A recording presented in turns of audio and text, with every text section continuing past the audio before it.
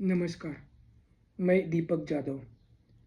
जंतर मंतर का आंदोलन खत्म होने के बाद मैंने कहा था कि जश्न में ज़्यादा मत डूबो, हमारा दुश्मन बहुत खतरनाक है। यह दुश्मन दुनिया का सबसे क्रूर जमात में आता है। आपको पता है हम जिससे लड़ रहे हैं वो लोग कौन हैं? ये दुश्मन बाहर से आया है, ये भी बात याद रखना। आर्य नाम का संगठन जो विदेश से आया था, इनका डीएनए यहूदी और इसराइल से मिलता है। और उनके आका ने कहा था कि इज़राइल हमारा फादरलैंड है। लेकिन इस बात को याद रखना, ये यहूदी लोग बहुत क्रूर होते हैं और उनकी एक शाखा हमारे हिंदुस्तान में पनप रही है। वो हिंदुस्तान में आर्य बनकर आए थे, वही आर्य आज सत्ता में बैठे हैं। ये आर्य विदेश से आए थे। ये सिर्फ पूरे हिंदुस्तान में 3% है। लेकिन हम जिससे लड़ने जा रहे हैं वो शत्रु को हम नहीं पहचान रहे हैं। हम सिर्फ आंदोलन कर रहे हैं। आंदोलन करने के बाद हमें जो सक्सेस मिला है, जीत हमको मिली है, वो जीत से मैंने कहा था उस दिन की जिस्म में ज़्यादा मत डुबो देना। ये जस्ट कुछ दिनों का ही रहेगा। और उन्होंने कहा था कि 3 दिन के बाद बच्चों के ऊपर जितने भी केस है वो पूरे केस वापस लेंगे, ऐसा उन्होंने लिखित दिया था। लेकिन अभी तक वो केस वापस नहीं हुए हैं। पूरे राज्यों में, बीजेपी शासित पूरे राज्यों में बच्चों को धमकाया जा रहा है, धमकियाँ दी जा रही हैं। और उनके नेता खुलेआम सामने आकर बयान दे रहे हैं कि हम बच्चों का भविष्य खराब कर देंगे, बच्चों का भविष्य बिगाड़ देंगे, आने वाली पीढ़ियाँ याद रखेंगी कि कभी दोबारा आंदोलन खड़ा ना हो। इस टाइप की धमकियाँ आप लोकशाही में रहकर दे रहे हो। लोकशाही में रहकर ये बहुत बहुत अमानवीय और क्रूरता की सीमा लांघने वाला ये सोच बहुत खतरनाक है। इस सोच को ख़त्म करने का समय आ चुका है। इन लोगों ने हमें हमेशा हिंदू मुस्लिम, दिन रात हिंदू मुस्लिम, मंदिर मस्जिद चर्च गिरजाघर, इसमें हमें लड़वाया है। अब वक्त आ गया है। इनके 100 अपराध भर चुके हैं। इन्हें जाने का वक्त आ चुका है इनका। इन्हें यहाँ से खदेड़ देना चाहिए। ये लोकतंत्र है। बाबा साहब अम्बेडकर अगर नहीं होते तो हमारे आज क्या हाल होते। संविधान है इसीलिए हम बात कर पा रहे हैं। अगर संविधान नहीं होता तो क्या होता। उस संविधान को भी वो ख़त्म करने के लिए निकले हैं। इस बात को याद रखना। ये बहुत क्रूर लोग हैं। दुनिया के जितने भी क्रूर लोग हैं उन सबसे ऊपर इनका नंबर आता है। अगर एक नंबर के क्रूर लोग यही हैं, याद रखना। इनसे पंगा लिया है हम लोगों ने, लेकिन ये इतनी आसानी से हम बहुजन समाज को छोड़ने वाले नहीं हैं। आप बच्चों को पकड़ पकड़ के इन्हें एफआईआर कर रहे हैं, उनको जेलों में डाल रहे हैं। छोटे छोटे बच्चे, जिंजी बच्चे, ये इनके ऊपर तुम ऐसा बर्ताव कर रहे हैं। पहले से आंदोलन जाने के बाद उन्होंने क्या क्या नहीं किया उन बच्चों के साथ। लड़कियों के पीछे, इनके बॉडी के पीछे लाठियां घुसेड़ दी। ये ये ये कोई बर्बरता होती इस टाइप की? ये बहुत बहुत निंदनीय निंदनीय है। ये बहुत निंदनीय है। इसके लिए कुछ शब्द भी नहीं है मेरे पास। इतने क्रूर लोग क्या ये अपने बच्चों के साथ भी ऐसा व्यवहार करते हैं?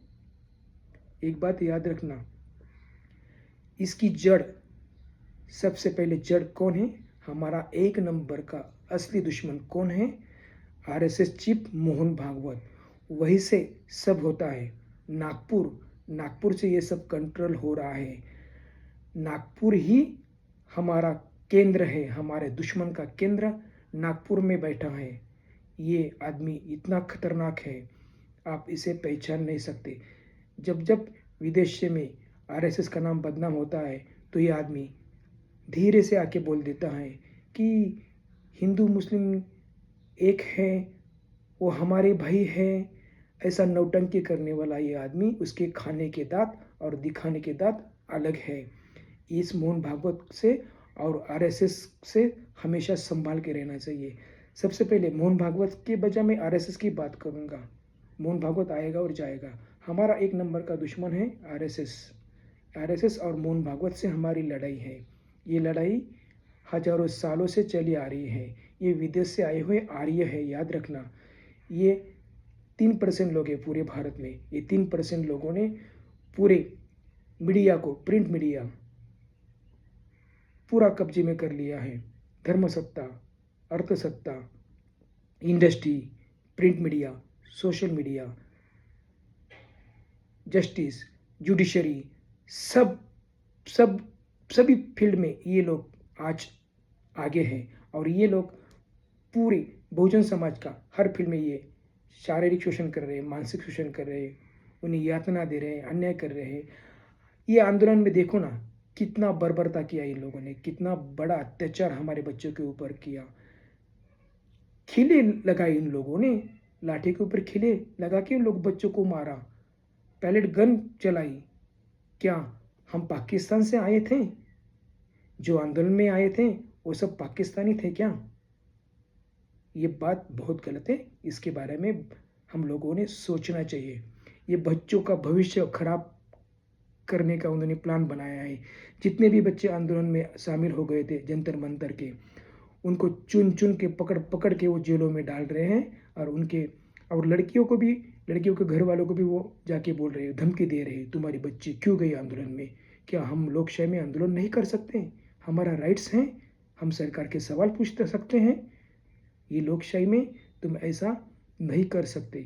और तुम ये बात को याद रखना कि कर्म अपना हिसाब कर कर रहता है। याद रखना, तुम्हारे 100 अपराध भर चुके हैं, अब तुम्हारा जाने का वक्त आ चुका है। अब ये हिंदू मुस्लिम सनातन धर्म की बात करेंगे। कली शाह ने कहा था कि सनातन धर्म खतरे में है। मैंने कहा था ना, अब ये सनातन धर्म पर आ गए हैं। अभी हिंदू मुस्लिम नहीं बोल रहे, क्योंकि हिंदू मुस्लिम का एजेंडा तो जंतर मंतर के आंदोलन में बच्चों ने उनका पूरा भांडा फोड़ दिया है। अभी सनातन शब्द यूज़ कर रहे हैं ये शैतान लोग। याद रखना, ये इतने साधारण लोग नहीं हैं। वह लोग हमें इतनी आसानी से नहीं छोड़ेंगे। हमारी ये लड़ाइयाँ हजारों सालों तक चलेगी। बच्चों का भविष्य ये खराब कर रहे हैं। आने वाली पीढ़ियाँ याद रखेंगी ऐसा कि बच्चों को कहीं जॉब नहीं मिलेगी।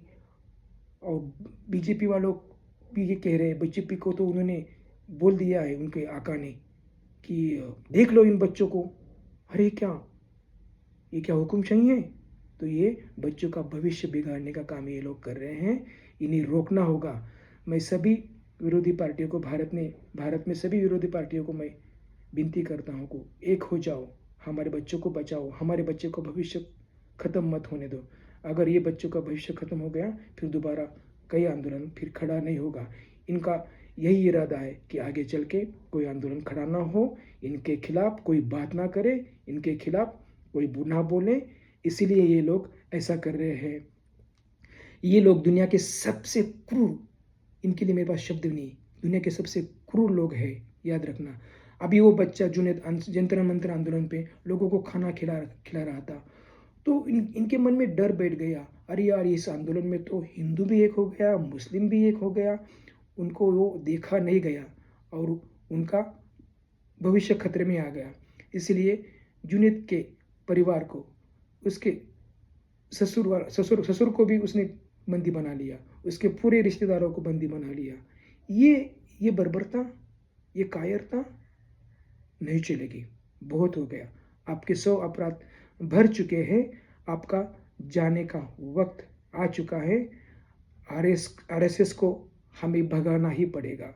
एक नंबर का दुश्मन हमारा आरएसएस है। हमारी लड़ाई आरएसएस है। ऐसे मोदी इनके पास बहुत सारे हैं।